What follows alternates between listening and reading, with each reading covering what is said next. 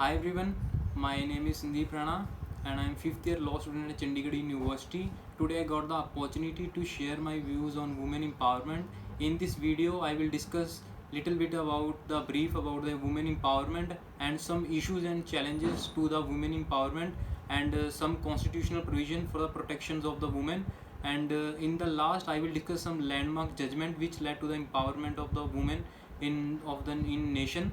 And so let's start with introduction. uh, Women empowerment plays a crucial role in the overall development of the society, and it cannot be achieved until and unless the women were given a proper right and freedom.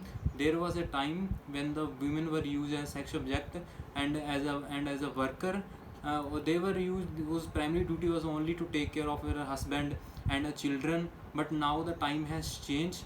They have played several roles as a homemaker to the architect, as a care, caring mother, from the various several roles in the society. And so let's take the example of some famous women who have achieved everything, there in their field and earned a lot of fame for our country across the world, like Kalpana Chawla, Kiran Bedi, and Sushma Swaraj, and Mother Teresa, Saina Nehwal. And empowerment of the women will lead to the overall progress of the society, and there cannot be any contribution to the growth when there is no creation on a equal opportunity. And over 2.8 billion women are restricted from having a same job as a man because of due to society or the family pressure. Yeah, our society is a patriarchal structure of the society. Our mentality in the society is that the women are not enough capable to same work like a man, and they were considered as a weak, and they were not given proper education, and they are not getting a proper facilities in the society. And it is taught to us that the boys don't cry, instead of saying that the don't make girls cry. There are some issues and challenges to the women empowerment, as we agreed that the government of India has passed various several acts and the laws for the protections of the women, for the empowerment of the women. Rather than whether these laws are successful in their objective, we should consider this thing first, because globally countries losing a 160 trillion dollar wealth because of the difference in earning between men and women. We were ranked 121 out of 131 in female work participation in this. And it is amazing to say that the year and year more girls and females, women are participating in various activities and are going to schools and colleges. But some of them, mostly them, are drop out before completing their graduation. Only few girls or women are doing job after completing their education. It is the survey conducted of in the year of 2019 that only the few women are working after completing their education, because they are not working due to the family pressure, because of their early marriage, early pregnancy, financial restriction we can say, or on their household works, or the societal pressures. They face problems in many sectors, like domestic violence, in social sector, in economic sector, in political sector. In political sector mainly they are considered as that they cannot contest election, as the government of India has a 33% reservation of the seat in the Lok Sabha and the Vidhan Sabha, and there is also reservations of the seats in the panchayat and the municipality, as in the 73rd and 74th constitutional amendment. And beside, there is a problem that the which women face globally, which contribute to think about them they are not enough capable to do work same like as a man. Both men, mostly women, both urban and rural, are brought with the preconceived notion that education is the stepping stone towards finding a good husband, apparently the goal of ultimate woman's life. Parents feels that they have completed their duty, that after studying there, after giving education to her daughter, and after the marrying, they think that they have done their job, instead of thinking about her future, rather than focusing on her goals, what she want, and about her career. They feel expected on saving all their lives on her studies, on her marriage, rather than for investing on her career or for her social growth. I'm especially talking about adolescents, girls who have not who faced many problems or have not completed job, completed their educations, are not unable to work because of the family pressures or the society pressures, or because of their early marriages, early pregnancy, or the financial restrictions, or we can say due to the household works. They they don't indulge in their outside the house activities, because they think that they are not enough capable to do same work like a man. And there are also some constitutional provisions for the protections of the women. Firstly, we talk about the preamble. The preamble of the Constitution of the India itself speaks about the equality.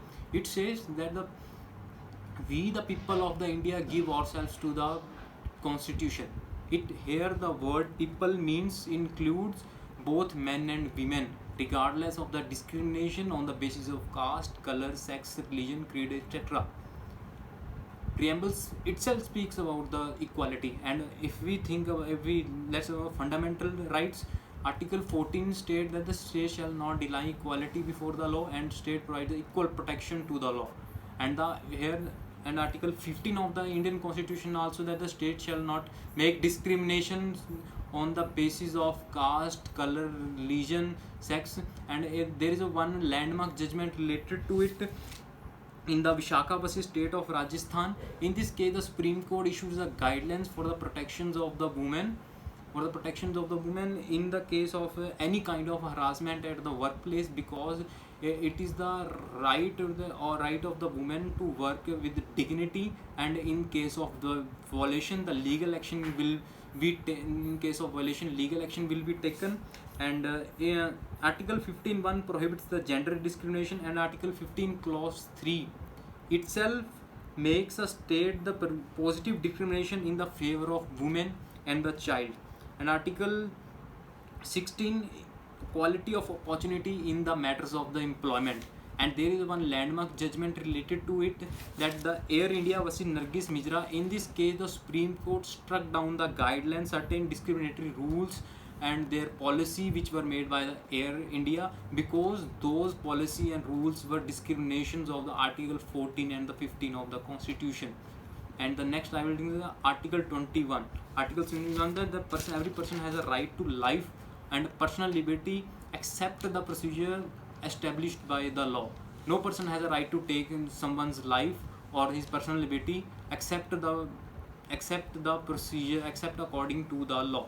And there is a directive principle, and directive principle of state policy also itself speaks that Article 39, which talks about certain right, the right to educate, means of livelihood, and the right to equal pay for equal work. As the Article 42 itself says that the provision for just and humane conditions of the work and maternity relief in case of any emergency. And it is also the fundamental duty of every citizen of the India. It is the fundamental duty of every citizen of India that to live, promote harmony and the spirit of common brotherhood among all the people of the India. Also, the protect the dignity of the women, and don't indulge in any kind of work which violates the dignity of the woman, which hampers the right of the woman. We should not to indulge in that either. These are the state directive principle of state policy, and fundamental duties are not enforceable and not legally backed by the state. And there are also some acts be made by the government for the betterment of the women, like Special Marriage Act, Child Marriage Act, Hindu Marriage Act, Hindu Succession Act, or Dowry Prohibition Act, Immoral Trafficking Prevention Act. Or there is one case related to Lakshmi versus Union of India. In this case, the Supreme Court issued a guidelines for the betterment of the acid attack survivor.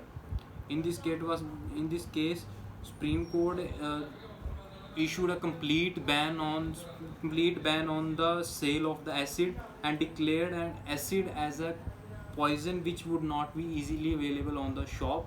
And there will the compensation will be provided to the victim. And it is the duty of the every hospital to provide a free medical assistance and free medical treatment to the victim. And there will be a punishment, harsh punishment will be given to the accused. And in the last I want to say that it is not only the duty of the government, it is the duty of the public also to help the government to overcome the issues and challenges of the women related to women empowerment, because it can be achieved only when the society will treat the women with the proper respect, proper dignity, proper, we can say, without any bias regardless of their area, background, caste, creed or color. People, as it is one of the myths, we can say that it is the mentality of the patriarchal structure of the society that people love women as a mother, as a sister, as a wife, but why not as a daughter? Through women empowerment it can be possible to change the main dominated country to the equal dominated country of economy. Empowerment of the women would automatically bring the empowerment of nation. Thank you.